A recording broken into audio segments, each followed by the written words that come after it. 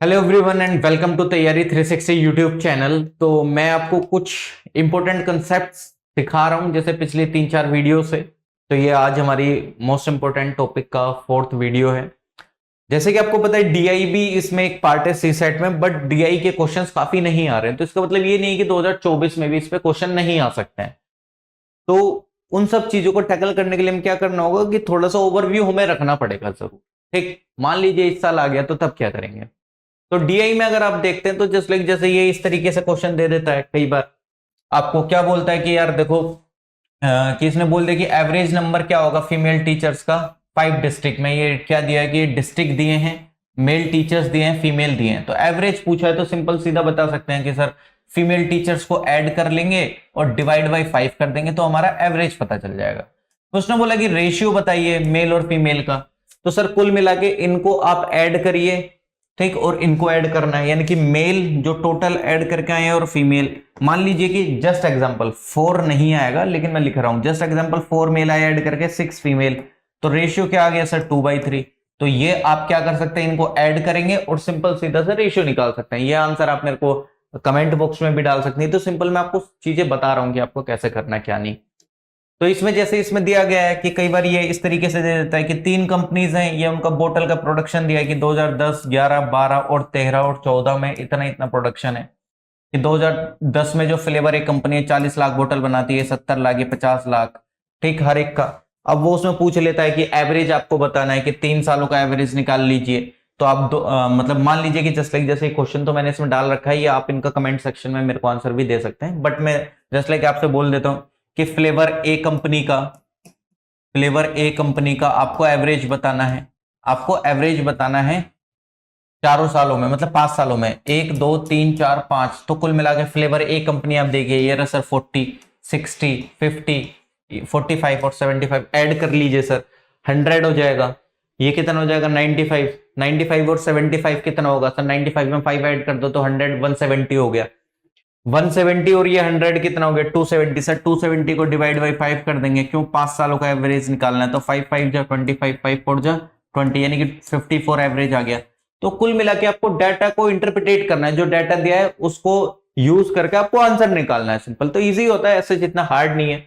ठीक, just like जैसे इसमें ये इस तरीके के दे देता है, बोल रहा है कि एक्सपोर्ट बताना है आपको 1997 में अप्रोक्सीमेटली कितना परसेंट है 1998 के। ठीक, तो सबसे पहले आप देख लीजिए 1997 में कितना है सर। अगर आप देखेंगे इस डाटा को इंटरप्रिटेट करेंगे तो कितना 300 करोड़ का हुआ ये, क्योंकि ये इधर आपको करोड़ में दे रखा है जो डाटा है। 1998 में सर कितना हुआ है सर 500 करोड़ का दे रखा है, तो 500 करोड़ का। अब आपको निकालना है कि ये जो 1997 का जो प्रोडक्शन है वो 1998 के कंपैरिजन में कितने परसेंट है। कुल मिला के आपको ये बताना है कि 500 करोड़ का 300 करोड़ कितने परसेंट होता है। सर कितना परसेंट निकालना है 300 कितने के कंपैरिजन में 500 के इनटू 100। ठीक, तो ये कट गया तो कितना आ गया 5 6 30, कितना आ गया 60%। अगर आपको ये सारे कंसेप्ट को डिटेल में जानना है तो आप मेरे साथ सी सेट क्रैश कोर्स में जुड़ सकते हैं। ठीक, जस्ट लाइक जैसे इसमें बोला गया है। तो सबसे पहले मैं आपको यहाँ पे एक चीज बता देता हूँ सर, देखिए ये जो पाई चार्ट होता है वो 360 डिग्री के बराबर होता है और ये जो टोटल होगा वो 100% के बराबर होगा। कोई भी चीज 100% जो है वो 360 डिग्री के बराबर है। अगर आपसे बोल दिया जाए कि 1% को डिग्री में कन्वर्ट करो तो 1% कितना हो गया 360/100।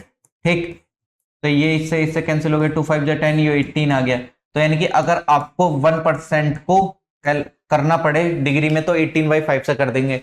10% को कन्वर्ट करना है डिग्री में तो 18/5 इंटू 10 कर देंगे। ठीक, सिंपल, जस्ट इसका रिवर्स केस भी हो जाएगा। सर अगर आपको बोले कि डिग्री से परसेंट में कन्वर्ट करिए तो सर पहले आप 1 डिग्री का निकाल लीजिए। 1 डिग्री कितना होगा 100/360, 0 से 0 कैंसिल, क्या हो गया 5/18। तो अगर आपसे बोले कि आपको 10 डिग्री को कन्वर्ट करना है परसेंट में तो सर 1 डिग्री का हमको पता है मल्टीप्लाई बाय 10 कर देना, तो आपको पता चल जाएगा कि कितने परसेंट आएगा। अब जैसे मैं एक क्वेश्चन इसमें सोल्व करा देता हूं। उसने बोला है कि इफ अगर प्रिंटिंग एक्सपेंस पे 24,500 खर्च हो रहा है, सर 24,500 खर्च हो रहा है, आपको निकालना है रॉयल्टी पे कितना खर्च हो रहा है।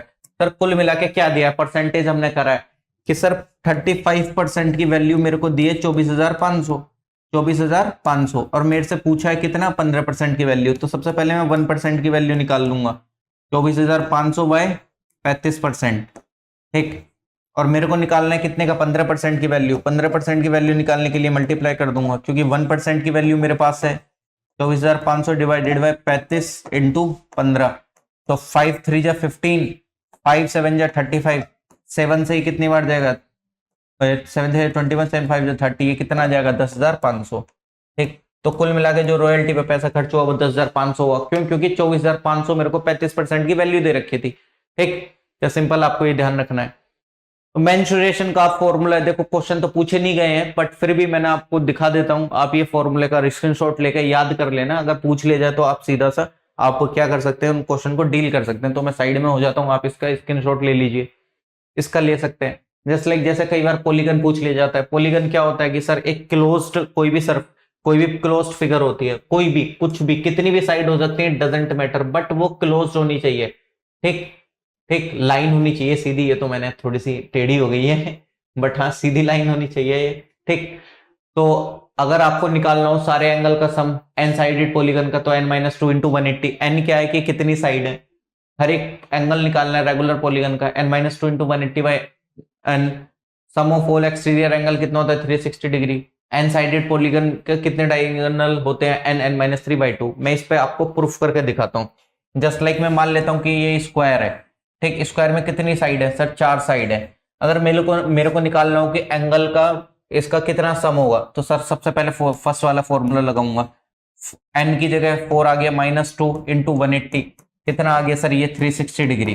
ठीक सर, सेकंड अगर मेरे को उसने बोल दिया कि हर एक एंगल कितने डिग्री का है, तो n-2 इंटू 180/2, तो 4 में से -2 करा तो 2 आ गया, इंटू 180/4। तो सर 2 से 2 टाइम चला गया, ये कितना हो गया 90। तो ऑब्वियसली ये तो मेरे को पता है कि स्क्वायर का जो एंगल होता है वो 90 डिग्री के होते हैं। ठीक, तो हर एक एंगल का सम एक्सटीरियर एंगल का 360 डिग्री होगा, तो कॉमन सेंस है। सर पॉलीगन कितने बनेंगे, तो n-3/2।